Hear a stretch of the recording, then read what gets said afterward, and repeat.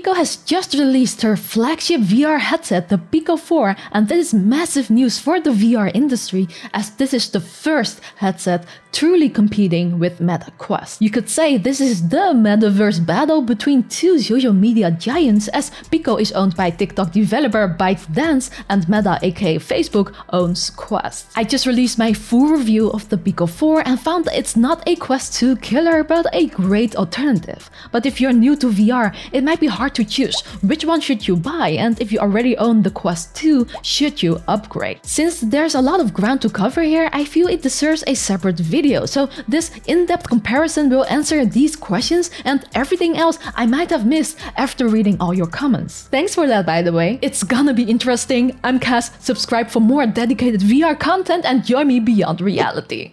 So there's one significant difference between the two VR headsets. The Quest 2 was released 2 years ago on October 13th, 2020. The PICO 4 was released just 2 days ago. So is this a fair comparison? Maybe not, but I just wanted to make it because we don't have many other standalone options right now. You can get a Quest 2 for $400 and $500 US. The PICO 4 is available for 430 and 500 euros. I don't have US prices for the PICO 4 as that headset hasn't been released in the US yet, only in selected European and Asian countries. The Quest 2 is more widely available in the US, Europe, and some Asian countries. The PICO 4 has an all-new design. Before, PICO headsets looked very similar to Quest. The most significant difference now is size and weight. Especially PICO's front size difference is immense. The Quest 2 front is big, front heavy, and looks and feels like a fridge on your face. The PICO 4 is nice and thin, and with that glossy front, it reminds me of cool-looking ski goggles. You might find it strange that the PICO 4 weighs more, but they made brilliant, comfort-first decisions like placing the battery at the back,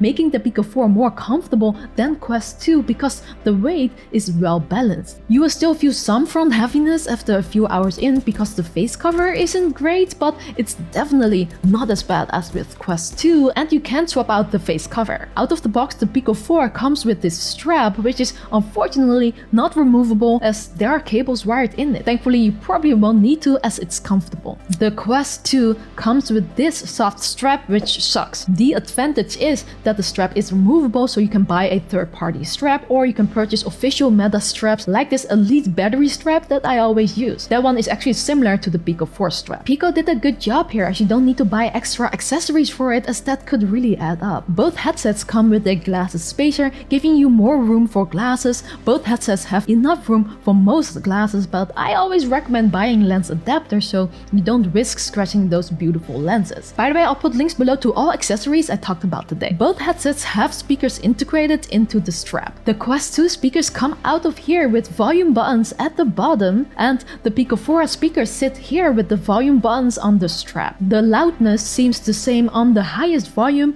It can get pretty loud, so I usually have my sound around 70% on both headsets. I think the PICO 4 speakers sound better, but I'm not an audiophile, so I'm not exactly sure what it is. If you want truly great sound, you will most likely want to use your own headphones. The Quest 2 has a headphone jack. The PICO 4 does not and only has a USB-C charging port that you can also use for audio, but then no extra power for you. Both have Bluetooth support, but then both headsets have a noticeable audio latency, especially when playing rhythm games, but it's not as bad as playing any other genre. There is a solution, like using a 2.4 GHz wireless dongle instead. That brings us to today's partner, these earbuds specially made for Quest and authorized by Meta. This is the soundcore VR P10 by Anker, and it uses this USB-C dongle to connect to these earbuds using a 2.4 GHz wireless connection. This means less than 30 milliseconds of latency, so you can play games like Beat Saber without noticeable lag, which isn't possible with Bluetooth devices. It's an honestly well thought out product for the Quest VR headset. The dongle has a separate USB-C port so you can keep the headset charged. Connect to the dongle and simultaneously to your phone via Bluetooth so you can answer calls while playing VR. And you can use the dongle on multiple platforms like PlayStation, PC, Steam Deck or Switch. If you get multiple dongles, you can even switch instantly using the Soundcore app. I've been looking for earbuds that work for Quest and finally found them, so click the link below to check them out. And I wanted to add, this works on PICO and every other headset as long as it has USB-C audio support. Let's continue with the microphones, which sound pretty okay, but you can judge for yourself. This is me testing the PICO 4 microphone. It is unfiltered and unedited, so this is exactly what it sounds like. Leave this video a like if you haven't yet, as it supports us a lot. This is me testing the Quest 2 microphone. This is unedited and unfiltered, so you can hear exactly what it sounds like. If you just bought your headset, you have to go through the initial setup. On Quest 2, it's more cumbersome as you need a phone app. The setup for PICO 4 is faster. You don't need much else except put on your headset. Both headsets have the same kind of virtual wall system. This is to protect yourself from hitting walls or furniture. On both headsets, you measure where the floor is and then you can draw your virtual wall or choose an easy circle. After that, the tracking will be activated and you'll be put in the metaverse. Both devices run on Android, but they made their own versions. However, the Quest 2 has a lot more features than PICO 4. That's because in the last 2 years, they've added major new features like every month. These are the features you'll get out of the box on Quest 2, like hand tracking, mixed reality gaming, PC VR streaming, and also calorie tracking. As you can see on the screen right now, PICO 4 does not have all features, so compared to Quest 2, the PICO 4 OS is bare bones. However, remember that the Quest 2 is 2 years old, so they have a head start. PICO has promised to regularly update the OS and continue to improve it. There are also things coming that are not available on Quest yet, like a fitness band that you can wear on your body so you can track your calorie burns even better. If you haven't tried it out yet, working out in VR is incredible. Whether PICO can keep the promise is another story. I'll keep my eyes out for you. Now to the most exciting part, at least this nerd thinks so, what you see when you're in VR. So the Quest 2 has a single LCD, while the PICO 4 has 2 LCDs. The PICO 4 has a higher resolution at 4320 x 2160 in total, while Quest 2 has less at 3664 x 1920, that is in total by the way, and not per eye. And it's easy to see the difference. The PICO 4 is sharper than Quest 2. The text is clearly better readable. It has less glare and a larger sweet spot. It also helps that PICO 4 has pancake lenses which have less chromatic aberration like ghosting and overlapping colors than the Fresnel lenses of the Quest 2. However, the colors and contrast are better on Quest 2. On PICO 4, it looks more washed out. You most likely won't notice it if you don't compare the headsets side by side, but it's easy to see when you do. I would say the overall clarity of the PICO 4 does make up for a lot, and I still prefer PICO's display over the Quest 2's. Having 1 or 2 displays also make a difference. So the PICO 4 has 2 displays, which makes it easier to mechanically adjust eye separation, also called interpupillary distance or IPD, which is a very fancy word for the distance between your 2 eyes or your pupils. If you don't know your IPD, go measure it because you have to set the lenses to match your eyes, or else the display won't be clear, and then don't be surprised if you get a headache. The PICO 4 has a great semi-automatic IPD adjustment with a wide range. Manually select your IPD in the software settings and the lenses will mechanically move to match that. The Quest 2 is more limited. You only get 3 fixed settings which you set by manually moving the lenses.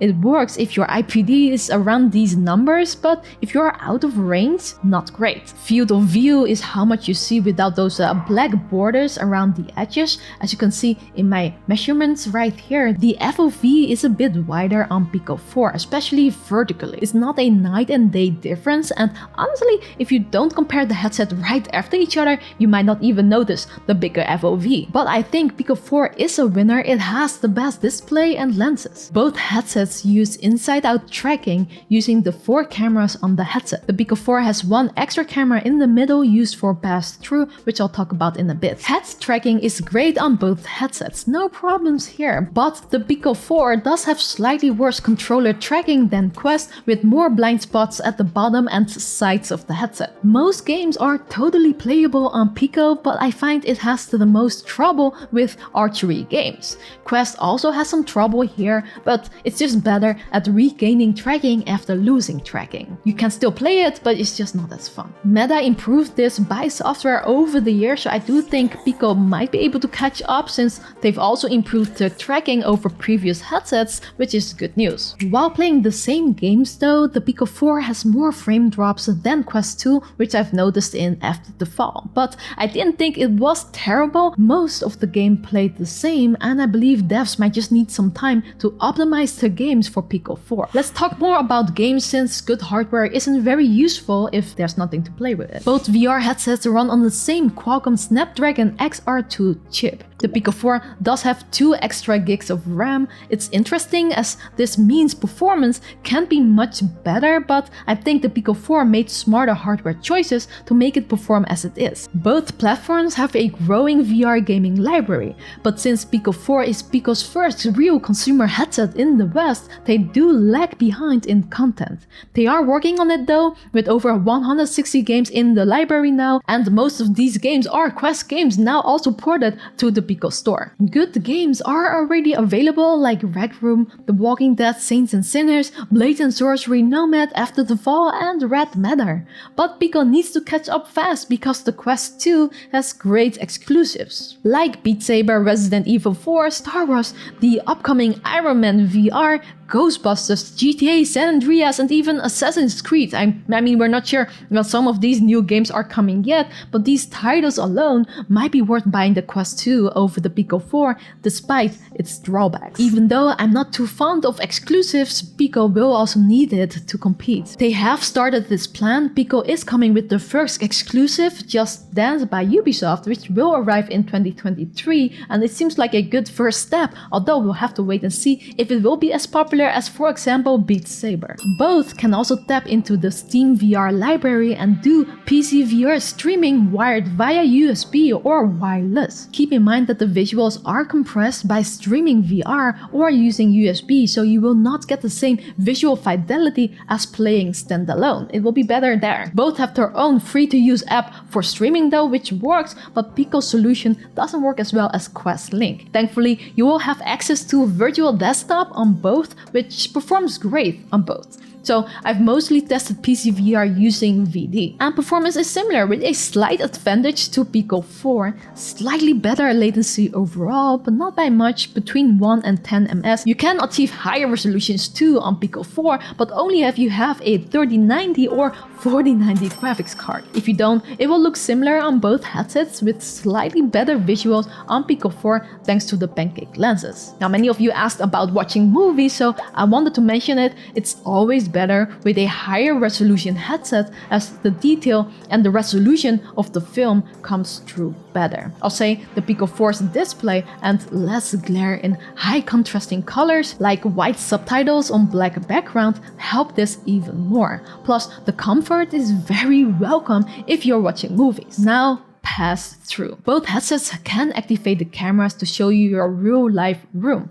On Quest 2, that looks like this. It's black and white and low quality. There's no way to read text or anything on your phone. The PICO 4 uses the extra middle camera, which is RGB, and by fusing that with the other cameras, we get this colored Passthrough. The quality is also much better, so we can now read text, but only if you put it very close to your headset, as there's still distortion and warping. It's also not depth correct. The Passthrough fakes stereo, so it does show a different image per eye, but it's just not one-to-one with real life. So while the Passthrough of PICO 4 is a lot better than Quest 2, it's still not ready for real productivity. I'm really curious about the Quest Pro Passthrough now, as I hear it's true to life. I digress, but I should have a review out next week. Like and subscribe for that. The main difference between the controllers is the tracking ring. On Quest 2's controllers, it's in the front, whereas PICO's controllers have them in an arc over your hands. This is so you can bring your hands closer without bumping them together, which is indeed nice. The controller layouts are about the same, except the PICO 4 controller has one extra button each. The extra button on the right controller allows you to screenshot, or if you hold press it, you can even start recording. Nice for creative. I like the battery cover on the PICO 4 controllers though. This toggle slides up the cover so you can easily replace the batteries. I always struggle to open the Quest 2 battery cover. Meh. Aside Aside from this, the PICO 4 controllers also need 2 batteries instead of 1, causing a weight difference. It's small and honestly, I don't really feel it. I can't tell you how much the battery life is for the controllers, as the PICO ones haven't run out of me even after a week of full testing, but PICO says it should last about 80 hours in active use. I don't know exactly how long the Quest controllers can last, it seems like a month or something. What I can tell you is the headset's battery life. The PICO 4 has a 5300 mAh battery capacity, while Quest 2 has 3640. However, this is interesting, PICO 4 runs out in around 2 to 2.5 hours, which is only slightly better than Quest 2. I guess that's because of the higher specs and all. That brings us to the questions. Should you buy the PICO 4 if you already have the Quest 2? I don't think so, since everything plays the same on PICO 4. Yes, it has better comfort and visuals, which is important, but it might not outweigh having to rebuy all your standalone games, which you have to do if you switch platforms. You might be better off then waiting for Quest 3, which is rumored to come out next year. But should you buy the PICO 4 just for PC VR? I wouldn't do that if you're not planning on playing any standalone games, since PC VR streaming will compress your visuals. You might be better off getting the HP Reverb G2 at almost the same price, although rumors have been circulating that they might end production, so keep that in mind. If you do want to play standalone games too, then it is a great option. I actually prefer playing wireless PC VR even with compressed visuals to playing with cables. But what if you're new to VR? Should you get the Quest 2 or PICO 4? That depends on which pros and cons I've shown you in this video you find the most important. I can conclude that the PICO 4 is an excellent alternative to the Quest, but you need to trust PICO to deliver on its promises. So yes, not a Quest 2 killer, for that it needs better software and more games. I do have to say, I have difficulty returning to Quest 2 because of PICO's comfort. I wish all headsets are like that already. And if you're not in a hurry, I would wait a few months to see what they will do. The PSVR 2 will be out in the meantime, so that will be interesting too. Let me know in the comments below if it's for you, PICO or Quest, or maybe both. If you're interested in buying the PICO 4 now, check out my full review as well, as it covers it in even more detail, and the links are down below. Thanks for watching. If you want to support us for free, click my affiliate links and follow my new account on TikTok. I post stuff there that I don't have time to make for the main channel. I hope to see you there. Special thanks to our champs, love y'all, and 再见